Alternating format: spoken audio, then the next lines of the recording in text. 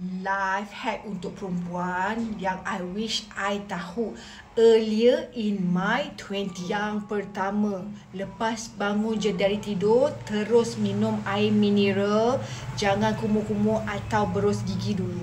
Yang kedua, tidur 10 hingga 15 minit sebelum waktu Zuhur. Boleh jadi power nap untuk boost energy. Nombor 3, stop perasan. Semua orang fokus dengan kehidupan dan masalah masing-masing. Not you. Tak payah stres-stres sebab kena judge. Nombor 4, duduk dalam circle yang bagi energi, bukan yang menyebabkan drain energy. Not be one. Nombor 5, jangan bergantung dekat orang. Learn to enjoy your company. It's empowering. Yang keenam, jaga financial. 50% keperluan, 30% kehendak, 20% save.